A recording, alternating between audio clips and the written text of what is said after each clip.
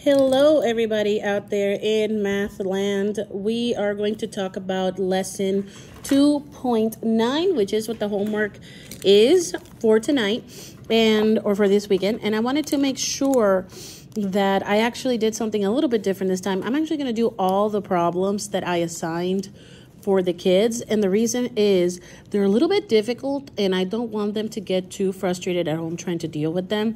So we can actually do this homework kind of as a tutorial. They can have their homework in front of them, grab a pencil. If you happen to have any highlighters at home, that would be cool. If not, I can teach you how to do it with a pencil. That way you feel confident that you're following along. And what the cool thing is, you can pause it. So if you need more time to underline or something like that, you can pause the video. So we're going to start with number 2. I'm only going to do 5 problems for this homework, and those are the same ones they're responsible for completing.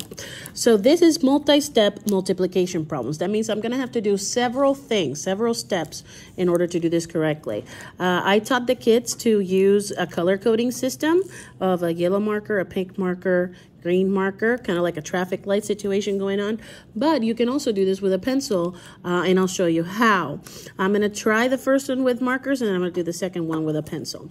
So, first problem we're going to deal with, number 2. Jonah and his friends go apple picking.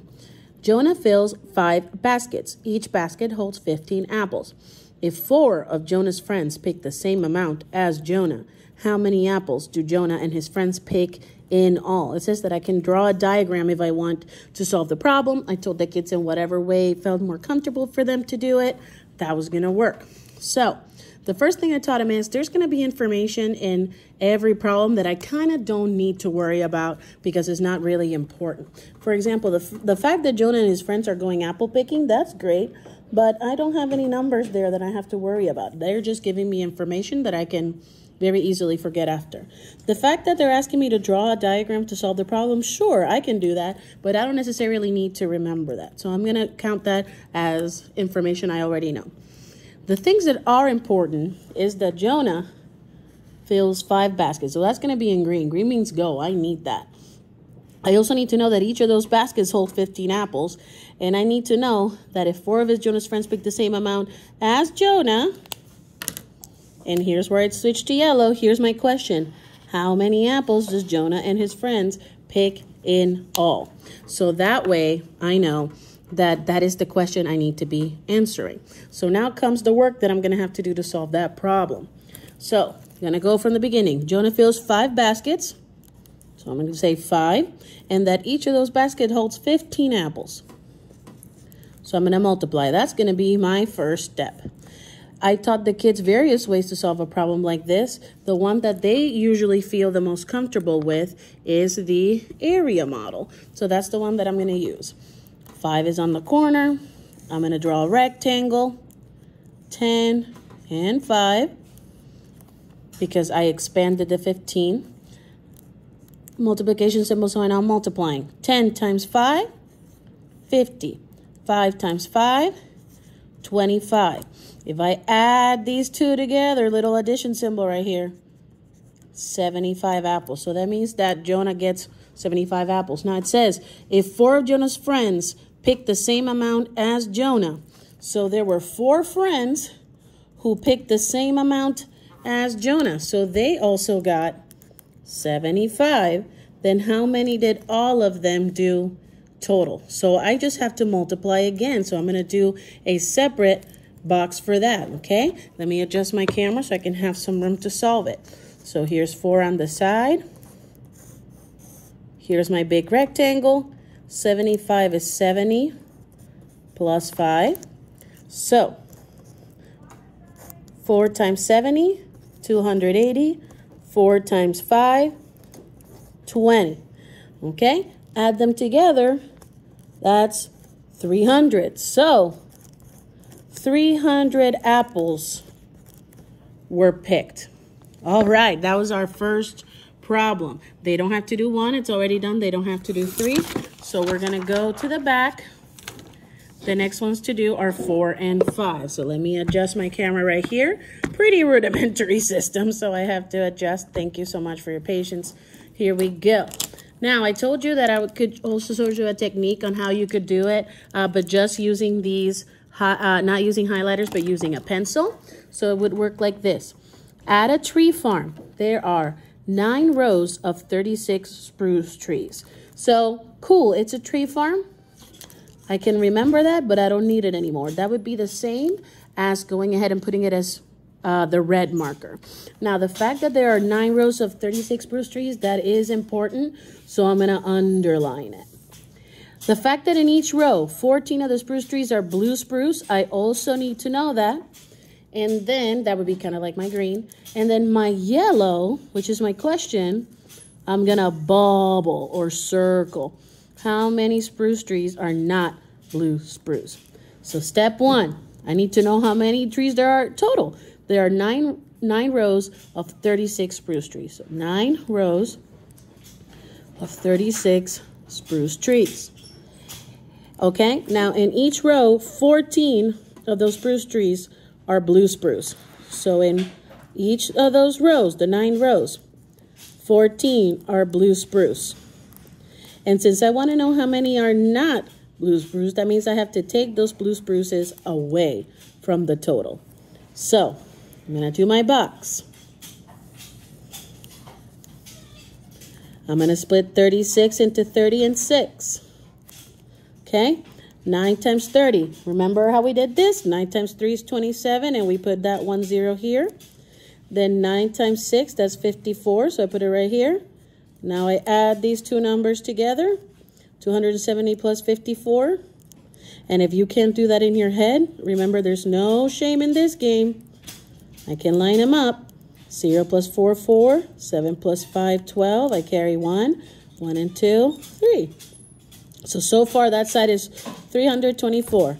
Now I have to do this side, right? 9. Here's a rectangle. Let's split the 10. 10 and 4. 9 times 10, 90. 9 times 4, 36. I can add 90 plus 36. 9 plus 3, 12.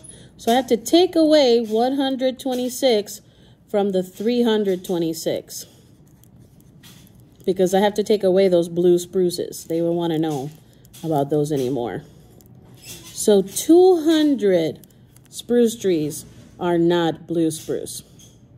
Blue spruce, I like how that sounds. Fantastic. I hope you could follow along. If not, remember, you can pause this video. You can rewind this video. You can even slow it down using the YouTube speed controller for your viewing. Okay. So now I'm going to do number 5, all right? Here we go, number 5. 1 second. Okay, sorry about that. Kai is tiling a countertop. He needs to place 54 square tiles in each row, in each of 8 rows to cover the counter. He wants to randomly place 8 groups of blue tiles each and have the rest of the tiles be white. How many white tiles does he need? So let's code this. Let's pretend we don't have those highlighters. Let's do it with just a pencil. He's tiling a countertop. Thank you. You told me about it. I don't need to hear it anymore. Bye-bye. Now, he needs to place 54 square tiles in each of 8 rows to cover the counter. I do need that. He wants to randomly place 8 groups of blue tiles each and have the rest of the tiles be white. I need that too. And here's my question that I'm going to bubble. How many white tiles will Kai need? Okay, so first step, 54 square tiles in each of the 8 rows. So 8 times 54. Let me make my box. And let me tell you, the kids are really good at this. 54, let's split it. 50 plus 4, right? Let's multiply. 8 times 5 is 40 with an additional 0. 8 times 4 is 32. And now I add. That gives me 432. Now, he needs all those square tiles, right? But he wants to randomly place 8 groups of blue. So, second step. 8 groups of 4 blue tiles. Okay? So he wants 8 times 4, that's 32. He wants 32 of the tiles to be blue. So how many are going to have to be white, which is the other color? Well, if he needs 432 total and you take away the 32 that will be blue, you're left with 400 white tiles. That is how you solve that problem. Remember, positive, you need to see it again. Now, I only have a couple more problems left to do. I want us to try 6. And I want us to try 8. Is what I believe I told the students. And if not, let's just do 6 and 8. That's okay. Here we go. You get to stare at Superman's weird face the whole time. Do you want us? Let's not do that. Let's not do that. Let's go like this. All right, now it's not so creepy, right? Or maybe it's still creepy. Now, Juan, my daughter's laughing at me. Juan reads a book with 368 pages. That sounds like something I need, so I'm going to go ahead and underline it. Savannah reads a book with 172 fewer pages than Juan's book. Here's my question. How many pages are in the book that Savannah reads? If it has fewer pages, that means it has less than his. It looks like I have to subtract. Okay, so 8 take away 2, 6. I cannot take 7 away from 6, right? So I have to borrow, make it a 2. This becomes a 16.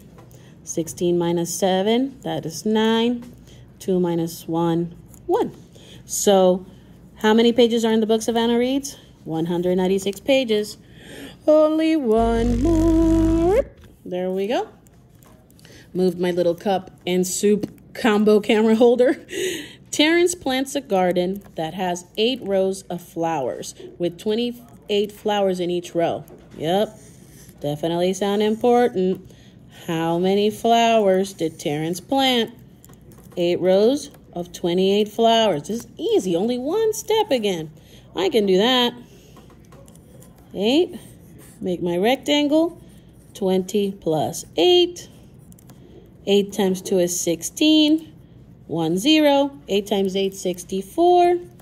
If I cannot do that in my head, no shame in this game. 0 plus 4, 4. 6 plus 6, 12. I carry 1. That means 224 flowers. Okay, so in this short 12 to 13 minute video, you could follow along and do the homework with me. I hope this helped quite a bit. If you have any questions, let me know, and I'll see you next time. Bye-bye.